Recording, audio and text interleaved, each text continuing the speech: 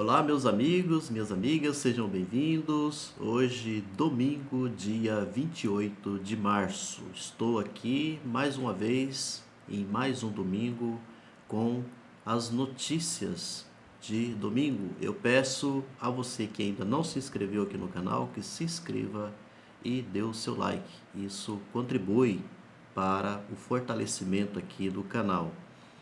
Pedi assim que quem não se inscreveu, que se inscreva. Peço assim a contribuição, a ajuda de vocês, porque nós demos uma paradinha aí no número de inscritos, né? Deu uma paralisada, então estou assim precisando, né, que mais pessoas se inscrevam aqui no canal. Iniciando então aqui notícias. É claro que a primeira notícia sempre tem a ver com a Covid, né? Então, o Brasil, nessa semana, chegou ao patamar dos 300 mil número de mortos. Isso que há um pouco mais de uma semana, né, atrás, nós estávamos assim com uma quantidade bem menor e chegamos então ao patamar dos 300 mil mortos por Covid e ainda com graves riscos que a gente vem enfrentando aí com essas mutações, né, de novas variantes que os especialistas, né, estão aí fazendo as pesquisas para poder conhecer um pouco melhor e ver também assim uma forma de combater. Então, além de todo esse crescimento de número de mortos, nós ainda podemos assim enfrentar uma situação pior por causa dessas novas variantes da Covid-19. Marca de 300 mil mortos revela fracasso do Brasil na pandemia. Aqui eu vou passar uma notícia aqui para vocês de fala, né, de algumas falas de especialistas da área da saúde. A avaliação é de especialistas que apontam um cenário ruim enquanto o país continuar a ter números elevados de novos casos de Covid. Com 300 mil mortos por Covid-19, o Brasil pode ser visto como um claro exemplo de fracasso no combate à pandemia, na visão de especialistas. Em todos os recortes possíveis de mortes diárias por milhão de habitantes, o país figura no topo das listas. As últimas 100 mil mortes ocorridas no Brasil até totalizar 300 mil ocorreram em um intervalo de 76 dias, metade do tempo decorrido para atingir as 100 mil anteriores. Essas novas variantes são mais transmissíveis. Esse encurtamento do tempo demonstra a aceleração na transmissão da doença. Então, você tem um tempo mais curto, mais pessoas doentes. Analisa a epidemiologista e professora da Universidade Federal do Espírito Santo, Etel Maciel.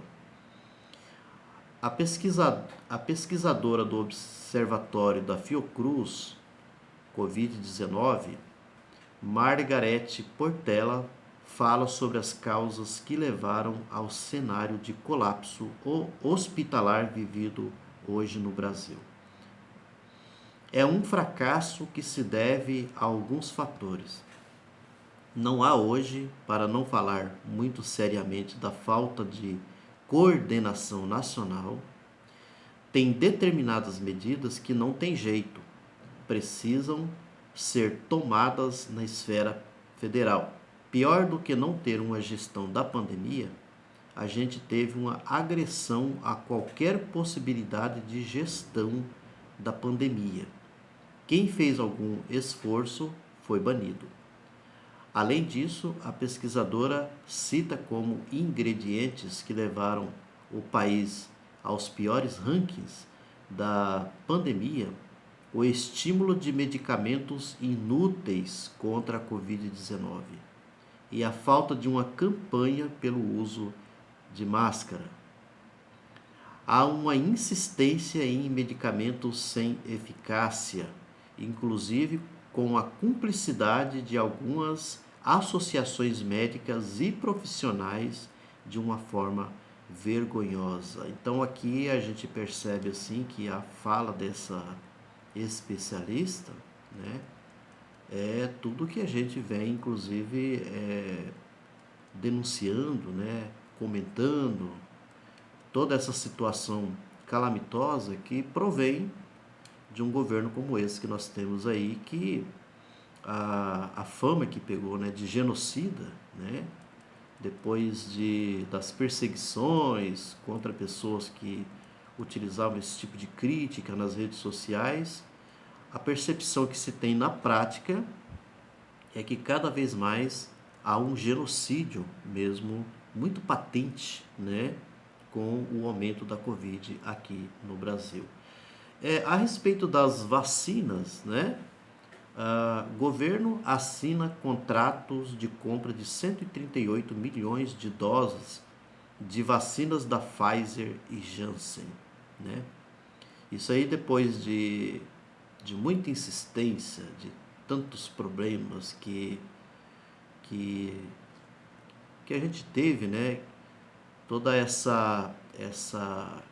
como que eu vou dizer assim, essa falta de agilidade, né? Essa falta de compromisso mesmo, provinda do próprio governo federal, porque desde agosto do ano passado que poderia ter negociado, por exemplo, as vacinas da Pfizer, demorou todo esse tempo e depois de muitas críticas, de muitos problemas políticos que ele vem sofrendo, aí ele resolveu então fazer então essa negociação da compra. O Brasil vai pagar a Pfizer 1 bilhão de dólares por 100 milhões de doses, que serão entregues até o fim do terceiro trimestre.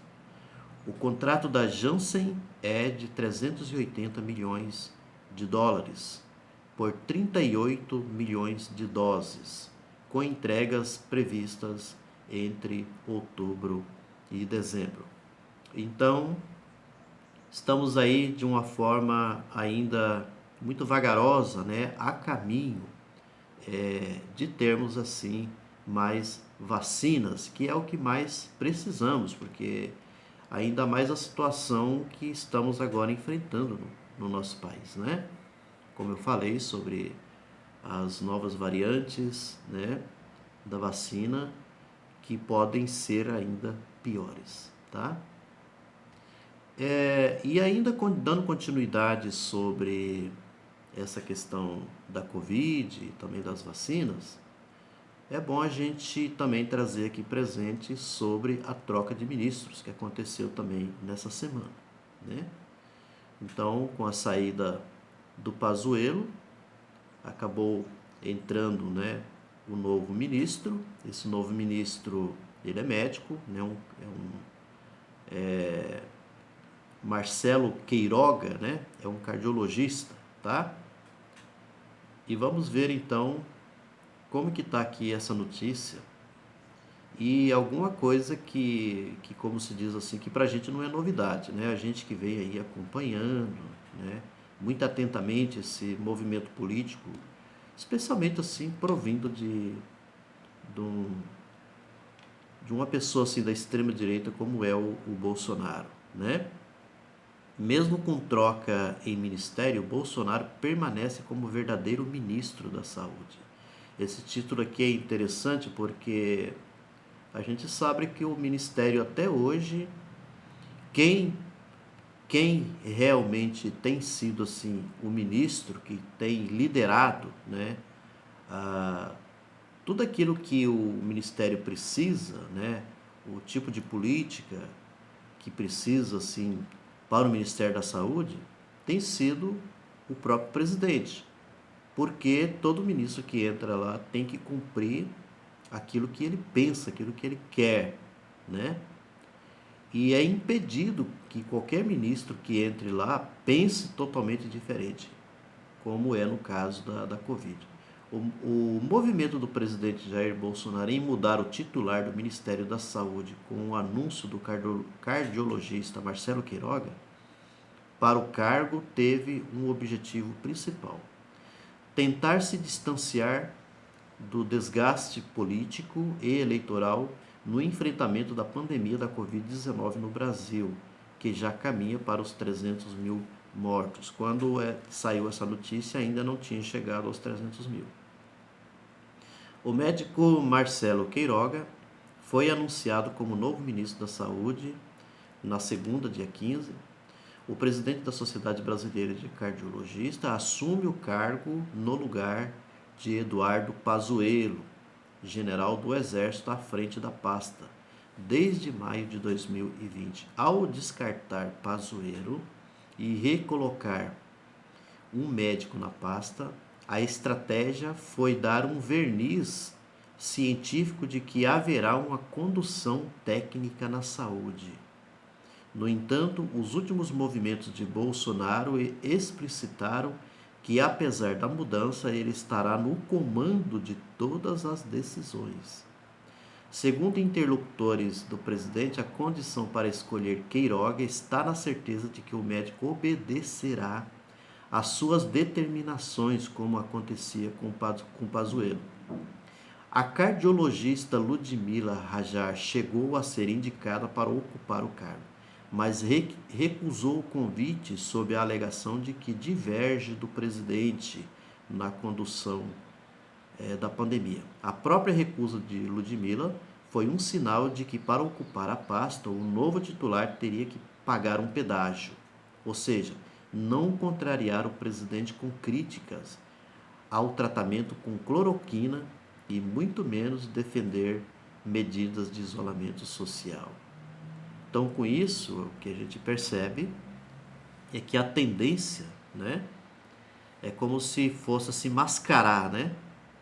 Você colocar um mascaramento, você muda aí o presidente, aí coloca um médico que para poder dar um certo disfarce aí no próprio discurso, né, de que o governo não cumpre a questão científica, né, que ele descumpre, na realidade, as determinações da própria ciência. Só que por trás de tudo isso é o que o próprio texto aqui está dizendo, né? Vai continuar basicamente a mesma coisa, talvez com algumas pitadas de algumas coisinhas um pouco diferentes, como se fosse uma espécie de mascaramento, né? De disfarce. A outra notícia que vou passar aqui para vocês é essa reunião que aconteceu, né, do presidente da República, mais os presidentes, o presidente da Câmara Federal, né, o Arthur Lira, e também o do Senado.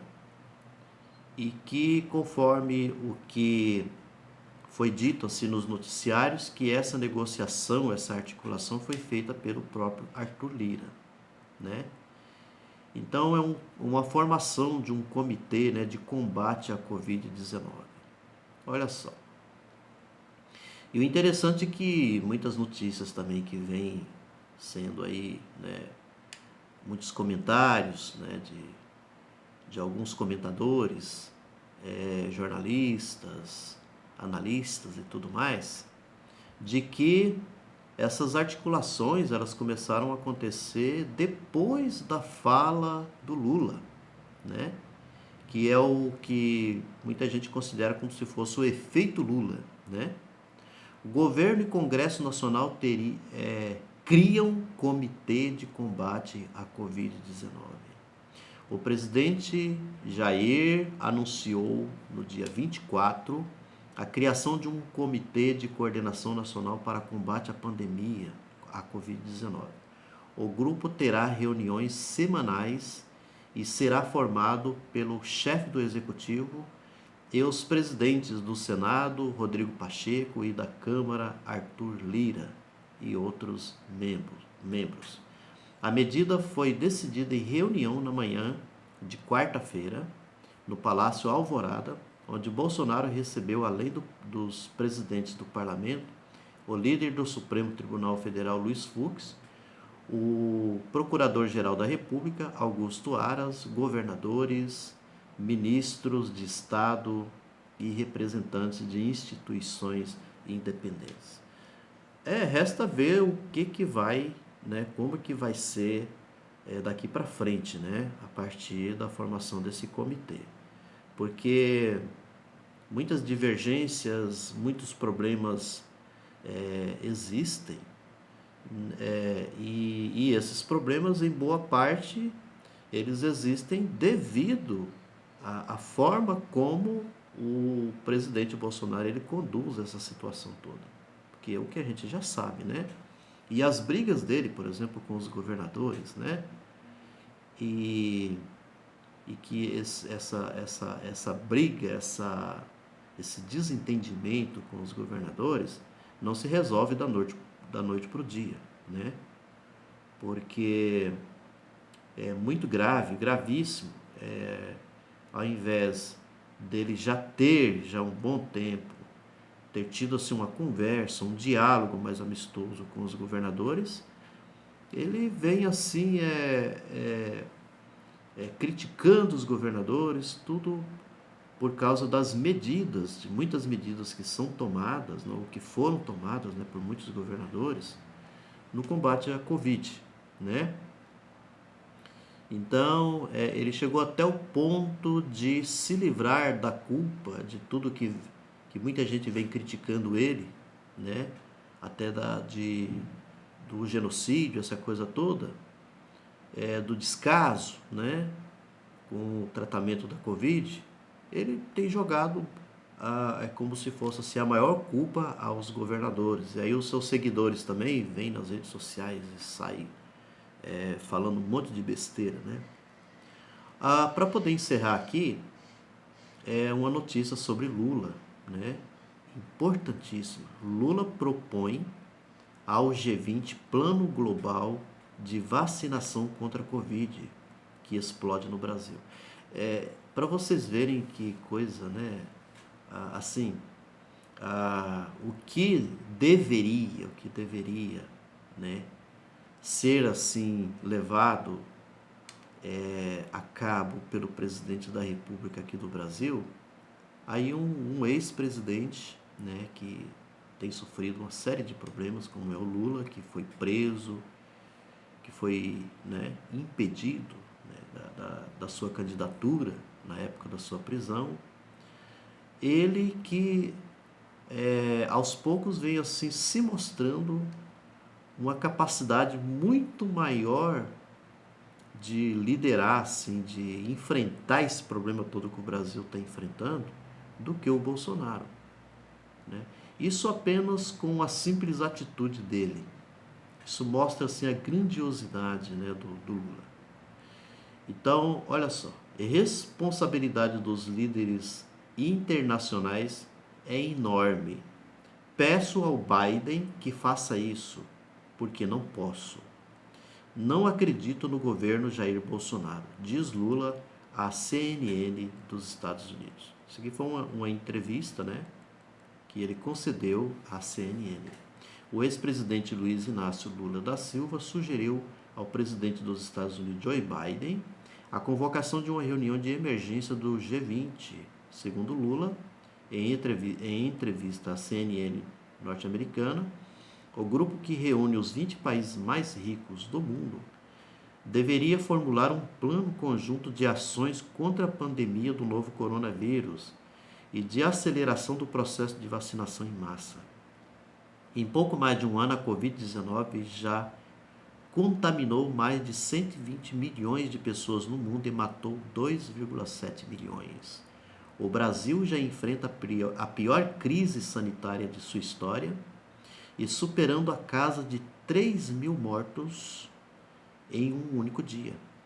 Já é o país com maior letalidade do planeta. Então, essa convocação aqui, essa chamada de atenção do Lula, tem um significado assim enorme, né? E o que poderia, né? Isso seria até um sonho, né? Um Bolsonaro liderar uma campanha como essa, que aí você iria resolver tantos problemas de diversos países que vêm assim sofrendo, como o caso do Brasil, com a Covid-19. Eu quero desejar a todos e todas um excelente domingo, tá? Tudo de bom para todos e todas vocês. Se cuidem, continuem se cuidando, mesmo quem já recebeu a vacina, que também se cuidem, porque a situação não está controlada, está fora do controle em relação à Covid-19. Obrigado e até a próxima vez.